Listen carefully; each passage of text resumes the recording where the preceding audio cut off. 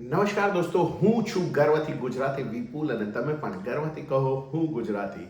મિત્રો, આજે એક મેં મોટી વાત કરીશ, તમારી સાથે શેર કરીશ.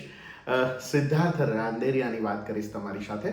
મિત્રો, તમને તો ખબર જ છે કે સિદ્ધાર્થભાઈની ફિલ્મોએ મેં એક લોંગ વિડીયો બનાવેલો છે જેમાં મેં ડિટેલમાં વાત કરેલી છે સિદ્ધાર્થભાઈ વિશે. એમની ફિલ્મોએ 100 કરોડ પ્લસનો બિઝનેસ કર્યો છે અને બોક્સ ઓફિસ પર સિદ્ધાર્થભાઈ રાજ કરી રહ્યા છે. એ મારા વિડીયોમાં અમે કહેલું છે કઈ કઈ ફિલ્મો હતી એમની. 2025માં બચુની બેનપણીએ લગભગ 15 કરોડનો બિઝનેસ કર્યો હતો અને એ ટોપ 5 ફિલ્મોમાંની એક હતી, સૌથી વધારે કલેક્શન કરવાવાળી. અને સૌથી મોટા ન્યૂઝ હવે આવે છે આ વર્ષે ફાધર્સ ડેના દિવસે સિદ્ધાર્થભાઈની એક નવી ફિલ્મ રિલીઝ થવા જઈ રહી છે, જિંદગી વન્સ મોર.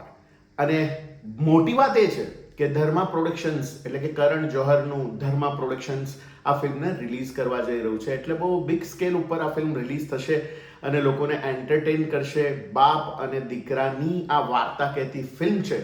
ટીઝર ઉપરથી જ ફિલ્મ બહુ સરસ લાગી રહી છે. સિદ્ધાર્થભાઈ બાપ છે, દીપ ધોળકિયા જેઓ સ્ક્રીન પ્લે રાઇટર છે, તેઓ ડેબ્યુ કરી રહ્યા છે હવે આ ફિલ્મથી એક્ટર તરીકે, અને સિદ્ધાર્થભાઈના સનનો રોલ કરી રહ્યા છે. સાથે આરતીબેન પટેલ છે. આરતીબેન પટેલ પણ પોતાના ફિલ્મો સિવાય પણ જુદા જુદા રોલ કરતા હોય છે, એ તમે જોતા હશો ઘણી બધી પિક્ચરોમાં. તો સરસ મજાની ટીમ છે. ફાધર્સ ડેના દિવસે આ રિલીઝ થઈ રહી છે અને ધર્મા પ્રોડક્શન જેવું મોટું પ્રોડક્શન હાઉસ આ ફિલ્મ રિલીઝ કરી રહ્યું છે.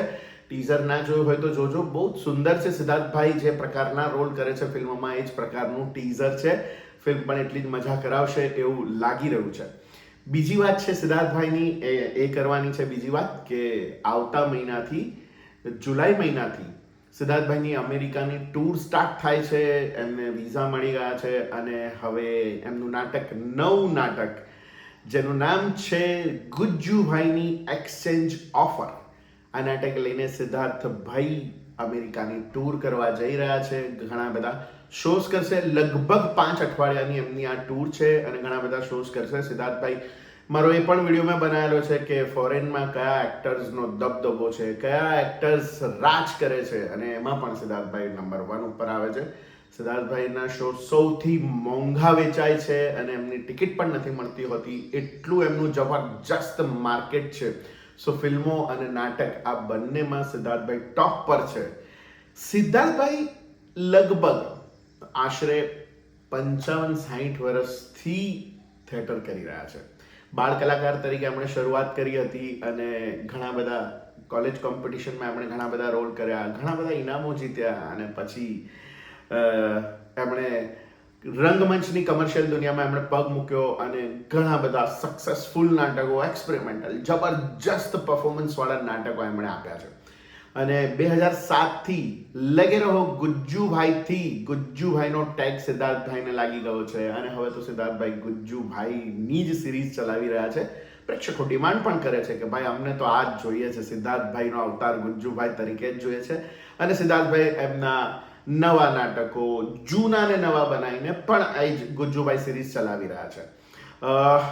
મિત્રો, એક મજેદાર કિસ્સો તમારી સાથે હું શેર કરીશ. આ વાત જ્યારે નીકળી છે, થિયેટરની વાત નીકળી છે, ગુજ્જુભાઈના ટેગની વાત નીકળી છે, ત્યારે સિદ્ધાર્થભાઈએ બહુ જ અઢળક પ્લે કર્યા. આઈએનટી સાથેના એમના સફળ જબરજસ્ત નાટકો જુદા જુદા. મને યાદ છે એવું એક નાટક ચીલ ઝડપ, જેમાં સિદ્ધાર્થભાઈ, એની ઉપરથી તો પછી ફિલ્મ પણ બની, ધર્મેશ મહેતાએ ફિલ્મ બનાવી હતી, પણ હજી પણ મને એ નાટક યાદ છે. સિદ્ધાર્થભાઈએ પહેલી વાર એના એ પ્લે માટે, એમના પોતાના રોલ માટે પોતાના બધા જ વાળ કપાવી નાખ્યા હતા અને જબરજસ્ત પરફોર્મન્સ કર્યું હતું એ નાટકમાં. રીમા લાગુ ડબલ રોલમાં હતા અને સિદ્ધાર્થભાઈ વિલનનો રોલ કરી રહ્યા હતા.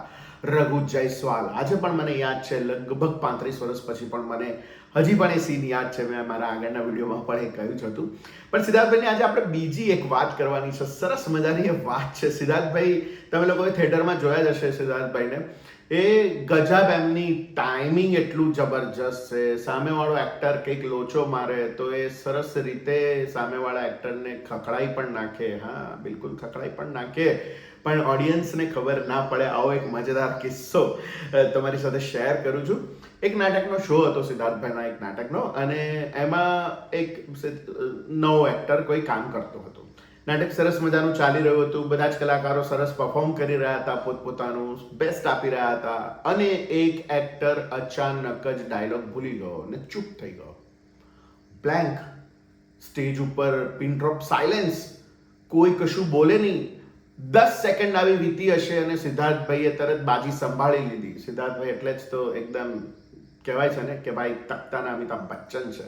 તો એમણે બાજી સંભાળી લીધી ને સામેવાળા એક્ટરને કહ્યું કે તને ખબર છે તમે લોકો ડાયલોગ કેમ ભૂલી જાઓ છો? કારણ કે તમારા લોકોનું ધ્યાન જ નથી હોતું નાટકમાં, એટલે તમે લોકો ડાયલોગ ભૂલી જાઓ છો. અને ઓડિયન્સ ખડખડાટ હસવા લાગ્યું. ઓડિયન્સને એવું થયું કે આ ખરેખર નાટકનો જ ડાયલોગ છે, પણ એવું નહોતું. પેલો એક્ટર પણ એમનો આ રિપ્લાય સાંભળીને એ પણ હસવા લાગ્યો અને લોકોએ બહુ જ એન્જોય કર્યું આ વાતને. સો આ છે સિદ્ધાર્થભાઈ. એ સ્ટેજ ઉપર પણ લોકોને પકડી રાખી શકે છે, જકડી રાખી શકે છે અને સિફતથી સામેવાળા એક્ટરને કહી પણ શકે છે. ઓડિયન્સ એ વાતમાં પણ એન્ટરટેન થાય છે. આ છે સિદ્ધાર્થભાઈ. તો સિદ્ધાર્થભાઈની ફિલ્મ આવી રહી છે આવતા મહિને, જિંદગી વન્સ મોર, અને સિદ્ધાર્થભાઈ એમના નાટકની ટૂર કરવા આવતા મહિને જઈ રહ્યા છે USA જુલાઈ મહિનામાં, અને ઘણા બધા શોઝ કરશે. તો મિત્રો, આ જે કિસ્સો મેં કહ્યો, તમે કોઈ નાટક જોયું હોય અને તમને કોઈ મજેદાર કિસ્સો આવો યાદ હોય તો અહીંયા શેર કરો. આ જે કિસ્સો મેં કહ્યો એ કયા નાટકનો છે એ અગર તમને ખબર હોય તો એ પણ શેર કરો. અને તમને સિદ્ધાર્થભાઈનું કયું નાટક સૌથી વધારે ગમે છે અને કઈ ફિલ્મ સૌથી વધારે ગમે છે એ કમેન્ટ બોક્સમાં જરૂરથી લખો. તો દોસ્તો, હજી સુધી પણ તમે મારી આ ચેનલને સબસ્ક્રાઇબ ના કરી હોય તો જલ્દીથી સબસ્ક્રાઇબ કરી લો. મારી આ ચેનલ ઉપર હું ફિલ્મોના રિવ્યૂ કરું છું, નાટકોની વાતો કરું છું, એક્ટરોની વાતો કરું છું અને ઘણી બધી બીજી માહિતી આપતો રહેતો હોઉં છું. તો હજી સુધી તમે આ ચેનલને સબસ્ક્રાઇબ ના કરી હોય તો જલ્દીથી સબસ્ક્રાઇબ કરી લો. વિડીયો તમને ગમ્યો હોય તો એને લાઈક કરો, શેર કરો. તો મળે દોસ્તો નવા વિડીયોમાં નવી વાત સાથે. ત્યાં સુધી સ્વસ્થ રહો, મસ્ત રહો. આવજો.